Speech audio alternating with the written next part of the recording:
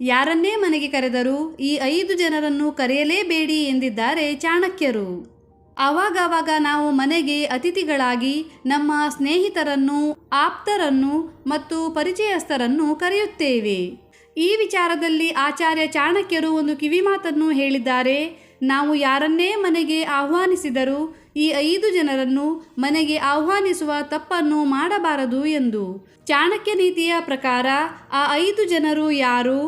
ನಾವು ಯಾವ ಆ 5 ಜನರನ್ನು ಮನೆಗೆ ಆಹ್ವಾನಿಸಬಾರದು ಎಂದು ತಿಳಿದುಕೊಳ್ಳೋಣ. ಆಚಾರ್ಯ ಚಾಣಕ್ಯರು ತಮ್ಮ ಚಾಣಕ್ಯ ನೀತಿಯಲ್ಲಿ ಜೀವನದ ಅನುಭವಗಳನ್ನು ಸಂಕ್ಷಿಪ್ತವಾಗಿ ವಿವರಿಸಿದ್ದಾರೆ.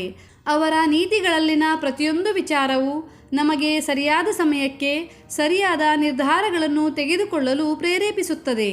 ಯಾವ ಸಮಯದಲ್ಲಿ ಹೇಗೆ ನಿರ್ಧಾರಗಳನ್ನು ತೆಗೆದುಕೊಳ್ಳಬೇಕು ಎಂಬುದನ್ನು ನಾವು ಚಾಣಕ್ಯ ನೀತಿಯ ಮೂಲಕ ತಿಳಿದುಕೊಳ್ಳಬಹುದು. ಚಾಣಕ್ಯ ನೀತಿಯಲ್ಲಿ ನಮ್ಮ ಜೀವನಕ್ಕೆ ಸಮಸ್ಯೆಯಾಗುವ ಅಥವಾ ಸಮಸ್ಯೆಗಳನ್ನು ತರುವ ಕೆಲವೊಂದು ಜನರ ಬಗ್ಗೆ ಹೇಳಿದ್ದಾರೆ. ಅಂಥವರನ್ನು ನಾವು ನಮ್ಮ ಮನೆಗೆ ಆಹ್ವಾನಿಸುವುದರಿಂದ ಸಂತೋಷ ಮತ್ತು ಸಮೃದ್ಧಿಯು ನಾಶವಾಗುವುದು. ಇವರು ನಮ್ಮ ಜೀವನವನ್ನು ನರಕ ಮಾಡುವಲ್ಲಿ ಪ್ರಮುಖ ಪಾತ್ರ ವಹಿಸುತ್ತಾರೆ. ಇಂಥವರನ್ನು ಮನೆಗೆ ಆಹ್ವಾನಿಸುವ ಮುನ್ನ 10 ಬಾರಿ ಯೋಚಿಸಬೇಕು ಎಂದಿದ್ದಾರೆ ಚಾಣಕ್ಯರು.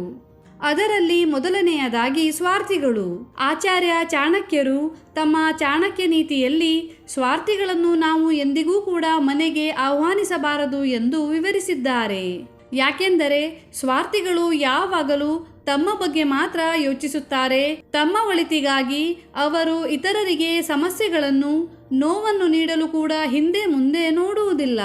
ಅವರ ಕಾರ್ಯ ಸಾಧನೆಗಾಗಿ ನಿಮ್ಮನ್ನು ಸುಲಭವಾಗಿ ಬಳಸಿಕೊಳ್ಳುತ್ತಾರೆ. ನಿಮ್ಮಿಂದ ಏನನ್ನಾದರೂ ಪಡೆದುಕೊಳ್ಳುವ ಉದ್ದೇಶವನ್ನಿಟ್ಟುಕೊಂಡು ಅವರು ನಿಮ್ಮ ಮನೆಗೆ ಬರುತ್ತಾರೆ ಎಂದು ಚಾಣಕ್ಯರು ಹೇಳಿದ್ದಾರೆ. ಎರಡನೆಯದಾಗಿ 2 ಮುಖದ ಜನರನ್ನು. 2 ಮುಖವುಳ್ಳ ಜನರೆಂದರೆ ವಿವಿಧ ಮುಖಗಳನ್ನು ಹೊಂದಿರುವ ಜನರು ಎಂದಲ್ಲ. ಒಂದೇ ಜನರು ನಮ್ಮ ಎದುರುಗಡೆ ಇರುವಾಗ ಒಂದು ರೀತಿ, ನಮ್ಮ ಹಿಂದೆ ಇರುವಾಗ ಇನ್ನೊಂದು ರೀತಿ ಮಾತನಾಡುವ ಜನರು ಎಂದರ್ಥ. ನಮ್ಮೊಂದಿಗೆ ಇರುವಷ್ಟು ಸಮಯ ಅವರು ಚೆನ್ನಾಗಿಯೇ ನಮ್ಮನ್ನು ಹೊಗಳಿಕೊಂಡೇ ಇರುತ್ತಾರೆ. ಬೇರೆಯವರ ಬಳಿ ಹೋಗಿ ನಮ್ಮ ಬಗ್ಗೆ ಇಲ್ಲಸಲ್ಲದ ವಿಚಾರಗಳನ್ನು ಮಾತನಾಡುತ್ತಾರೆ. ಅಂತಹ ಗುಣವುಳ್ಳ ಜನರನ್ನು ನಾವು ನಮ್ಮ ಮನೆಗೆ ಆಹ್ವಾನಿಸಬಾರದು. ಅಂತಹ ಗುಣವುಳ್ಳ ಜನರನ್ನು ನಮ್ಮ ಮನೆಗೆ ಆಹ್ವಾನಿಸಿದಾಗ ಮನೆಯಲ್ಲಿ ಕಲಹ ಉಂಟಾಗುವ ಸಂಭವ ಇರುತ್ತದೆ. ಮೂರನೆಯದಾಗಿ ಸಮಯ ಸಾಧಕರನ್ನು.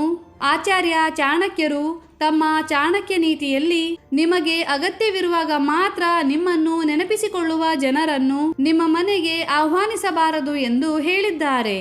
ಅಂತಹ ಜನರು ಸ್ವಾರ್ಥಿಗಳಾಗಿರುತ್ತಾರೆ ಮತ್ತು ಅವರ ಉದ್ದೇಶ ಈಡೇರಿದ ನಂತರ ಕಣ್ಮರೆಯಾಗುತ್ತಾರೆ. ಅವರು ತಮ್ಮ ಕೆಲಸವನ್ನು ಮಾಡಿಕೊಳ್ಳುವುದಕ್ಕಾಗಿ ನಿಮ್ಮ ಮನೆಗೆ ಬರುತ್ತಾರೆ ಅಥವಾ ನಿಮ್ಮೊಂದಿಗೆ ಇರುತ್ತಾರೆ. ಆದರೆ ಅವರ ಕೆಲಸ ಪೂರ್ತಿಯಾದ ನಂತರ ನೀವು ಎಷ್ಟೇ ದೊಡ್ಡ ಸಮಸ್ಯೆಯಲ್ಲಿ ಸಿಲುಕಿಕೊಂಡಿದ್ದರೂ ಅವರು ಮಾತ್ರ ನಿಮ್ಮ ಸಹಾಯಕ್ಕೆ ಬರುವುದಿಲ್ಲ. ನಾಲ್ಕನೆಯದಾಗಿ ಬೇರೆಯವರ ದುಃಖದಲ್ಲಿ ಆನಂದ ಪಡುವ ಜನರು.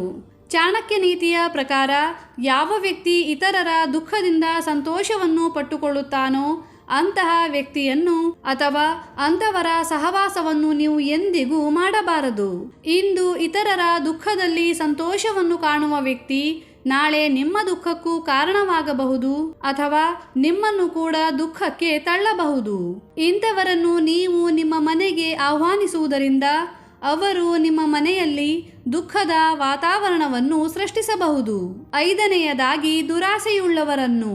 ಅತಿಯಾದ ಆಸೆ ಹೊಂದಿರುವಂತಹ ಜನರನ್ನು ನೀವು ನಿಮ್ಮ ಮನೆಗೆ ಆಹ್ವಾನಿಸಲು ಹೋಗಬಾರದು. ಇಂಥವರನ್ನು ನೀವು ಮನೆಗೆ ಆಹ್ವಾನಿಸುವುದು ಎಂದರೆ ಬೀದಿಯಲ್ಲಿರುವ ಕಳ್ಳನನ್ನು ಮನೆಗೆ ಊಟವಿಟ್ಟು ಕರೆದಂತೆ. ದುರಾಸೆಯುಳ್ಳ ವ್ಯಕ್ತಿಯನ್ನು ನೀವು ನಿಮ್ಮ ಮನೆಗೆ ಆಹ್ವಾನಿಸುವುದರಿಂದ ಅವನಿಗೆ ನಿಮ್ಮ ಮನೆಯ ಕೆಲವೊಂದು ವಸ್ತುಗಳ ಮೇಲೆ ಆಸೆ ಹೆಚ್ಚಾಗಬಹುದು. ಅವನು ಅದನ್ನು ಪಡೆದುಕೊಳ್ಳುವುದಕ್ಕಾಗಿ ಪ್ರಾಣಹಾನಿಯನ್ನು ಕೂಡ ಮಾಡಬಹುದು.